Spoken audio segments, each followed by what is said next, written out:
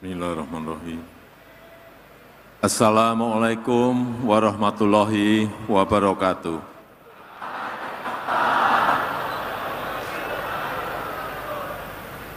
Yang saya hormati para Menteri Kabinet Indonesia Maju, Kapolri, Gubernur Sumatera Selatan, Pak Wamen, yang saya hormati Ketua Umum PP Muhammadiyah, Profesor Dr. Kiai Haji Haidar Nasir, beserta seluruh jajaran pengurus pusat dan daerah, yang saya hormati Ketua Umum DPP Ikatan Mahasiswa Muhammadiyah, IMM, Adinda Imawan Abdul Musawir Yahya, beserta seluruh jajaran pengurus pusat maupun daerah, seluruh keluarga besar Muhammadiyah dan Aisyah yang saya hormati, seluruh peserta Muktamar Ikatan Mahasiswa Muhammadiyah di Sumatera Selatan, Bapak Ibu, hadirin dan undangan yang berbahagia. Hari Senin yang lalu, Adinda Abdul Musawir Yahya beserta seluruh panitia Muktamar datang ke istana. Saya pikir hanya ingin menyampaikan unek-unek apa. Ternyata mengundang saya untuk datang ke Muktamar. Itu mendadak sekali namanya. Padahal hari Rabu saya harus ke Samarinda. Hari Kamisnya saya ke Bontang. Tadi pagi, kemarin sore sampai ke IKN, kemudian tadi pagi ada 7 kegiatan saya di IKN Kalimantan Timur. Sehingga mengaturnya sangat sulit sekali. Dan baru sampai di Palembang itu setengah 6 sore tadi. Terbang langsung dari IKN dengan heli, ganti pesawat di Balikpapan.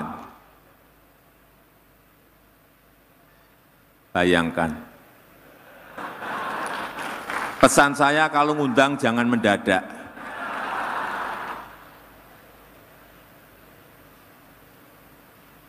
Kenapa saya capek-capek datang ke Palembang ini?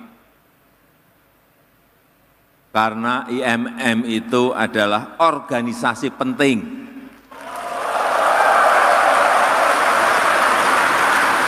Dan acara Muktamar juga sangat penting. Maka saya putuskan, saya datang.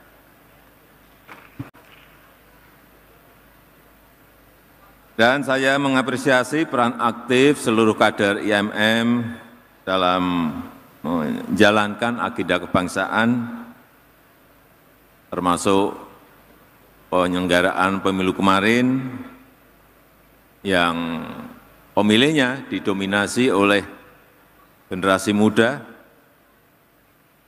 hitungan kita kurang lebih 56% atau 113 juta pemilih dari generasi milenial dan generasi Z. Jadi kalau menurut saya, anak muda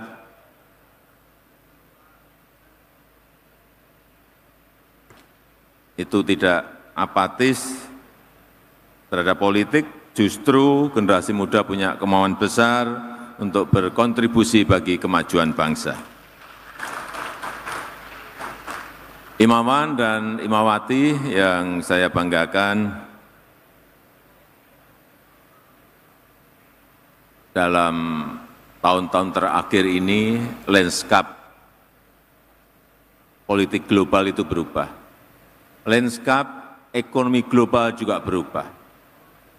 Karena disrupsi teknologi, karena ada perubahan-perubahan akibat interaksi sosial lewat media sosial. Dan kita tahu geopolitik global juga sekarang ini sangat sulit dihitung, sangat sulit dikalkulasi. Ekonomi global juga sama, ketidakpastiannya juga sulit dikalkulasi dan sulit dihitung. Tetapi dalam posisi tekanan-tekanan seperti itu, justru peluang itu ada. Justru kesempatan untuk kita melompat itu ada. Dan menurut lembaga-lembaga internasional untuk negara kita, kalkulasinya baik OECD, baik World Bank, baik IMF, baik McKinsey, baik dari Bappenas kita sendiri berhitung bahwa Indonesia memiliki kesempatan besar untuk melompat menjadi negara maju dalam 3 periode kepemimpinan ke depan. Tetapi tantangannya juga sangat besar. Tidak ujuk-ujuk bisa langsung melompat, tapi tantangannya juga sangat besar. Oleh sebab itu, saya berikan contoh seperti tadi disampaikan Adinda Himawan Abdul Musawir Yahya mengenai hilirisasi. Saya berikan contoh tembaga. Tembaga yang sudah 55 tahun diekspor dalam bentuk mentahan oleh PT Freeport. Bayangkan 55 tahun. Dan kita tidak tahu apakah yang diekspor itu hanya tembaga atau ada emasnya. Oleh sebab itu, 9 tahun yang lalu saya paksa untuk mereka mau membangun yang namanya industri smelter. Tidak mudah mengajak mereka untuk membangun industri smelter itu. Karena sudah terbiasa mengirim bahan mentah, dikirim ke Jepang, ada yang dikirim ke Spanyol. Industri smelternya ada di sana. Berarti kita kehilangan nilai tambah yang pertama. Yang kedua kita kehilangan yang namanya kesempatan kerja bagi anak bangsa.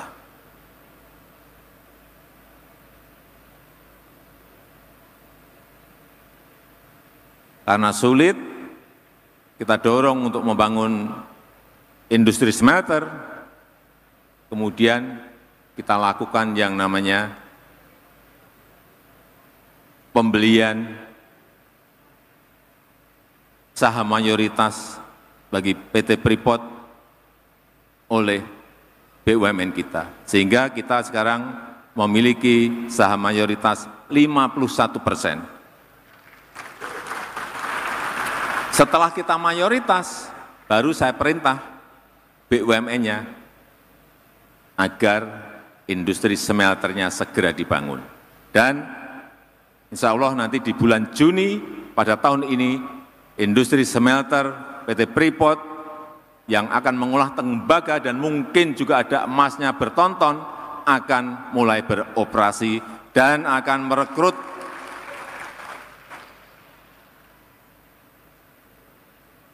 anak-anak muda kita mungkin lebih dari 15.000 atau 20.000 untuk bekerja di sana. Dan nilai tambahnya juga meloncat. Saya berikan contoh lagi, yang kedua nikel. Dibangun industri smelter. Saat kita mengekspor mentah, sudah bertahun-tahun ekspor hanya mentahan, nikel ore, nilainya setiap tahun ekspor kita itu kurang lebih 30-an triliun. Begitu smelter dibangun, ekspor kita mencapai 510 triliun rupiah. Artinya apa? Ada yang menanyakan pada saya, Pak, yang untung kan perusahaan. Tidak seperti itu, karena dari kelompatan rupiah tadi yang saya sampaikan, kita bisa memungut yang namanya pajak perusahaan. Kan menjadi lompatan pajak perusahaannya. Pajak karyawan yang ada di situ. Royalti kita dapat, biaya ekspor kita dapat, BNPB kita dapat semuanya. Kalau kita ikut share di situ artinya kita dapat dividen. Gede sekali. Artinya perusahaan dapat untung, tapi negara juga mendapatkan income penerimaan yang juga sangat besar sekali. Inilah yang terus kita dorong, dan hilirisasi itu tidak hanya urusan tembaga atau urusan nikel atau urusan boksit, timah, tetapi hilirisasi itu juga akan kita dorong di perkebunan, di pertanian, di perikanan, di kelautan, semuanya harus kita hilirisasikan dengan nilai tambah di dalam negeri, kesempatan kerja di dalam negeri. Tapi negara-negara maju juga tidak diem. Saya kira saudara-saudara tahu, Adinda, Imawan, dan Imawati, karena nikel kita stop, kita digugat di WTO tahun lalu dan kalah. Tapi kita naik banding.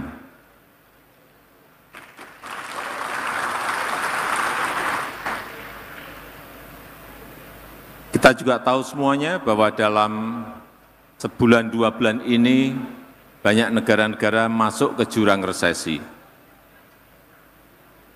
Eropa, kemudian baru saja kemarin Inggris masuk ke resesi. Jepang masuk ke resesi. 96 negara juga menjadi pasiennya IMF. Artinya apa? Situasi ekonomi dunia ini tidak sedang baik-baik saja. Oleh sebab itu, kita harus hati-hati dalam mengelola apapun, mengelola ekonomi kita, mengelola APBN kita, dan kita harapkan ke depan pemerintah yang baru juga melakukan hal yang sama, hati-hati dalam mengelola negara sebesar Indonesia ini, karena Indonesia bukan sebuah negara yang kecil, tetapi negara yang sangat besar, negara yang sangat luas, dan penduduknya sudah hampir 280 juta, sehingga setiap tindakan apapun kita harus berhati-hati, terutama dalam mengelola ekonomi, politik, harus penuh dengan kehati-hatian agar tidak keliru dalam mengelola negara. Yang terakhir, yang ada di sini ada yang hafal Pancasila?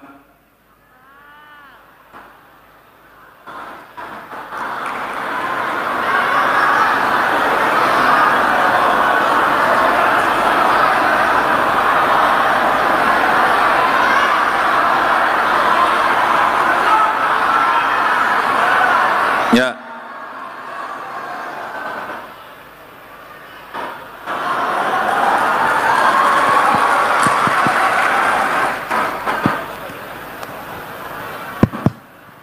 Sebelah coba dikenalkan namanya. Kenalkan namanya. Nama saya Muhammad Yusuf, Pak. Yusuf. Adinda Yusuf. Tapi biasa dipanggil Yuki, Pak. Yuki. Biasanya dipanggil Yuki. Yusuf, tapi biasa dipanggil Yuki. Apa hubungannya Yusuf dan panggilannya Yuki? Kayak Yuki. Ya. Tahu hilirisasi itu apa?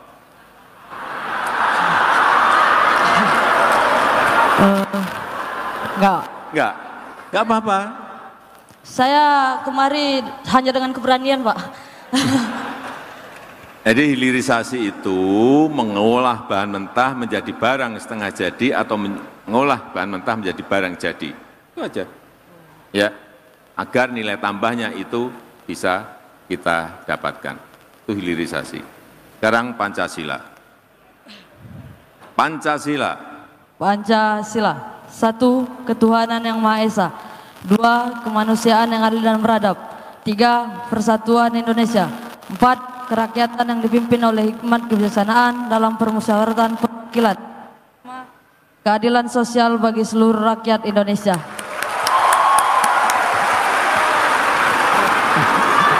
Ya, silakan kembali. Gak ada sepeda, Pak?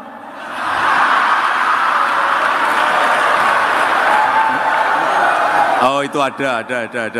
Silakan diambil.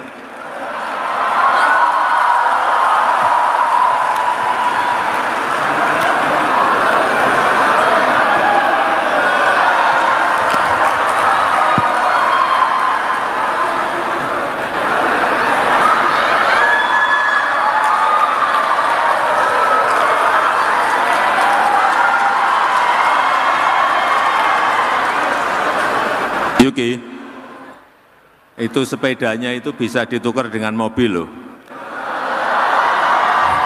Yang mahal bukan sepedanya tapi tulisan itu. Hadiah Presiden Jokowi itu yang mahal itu.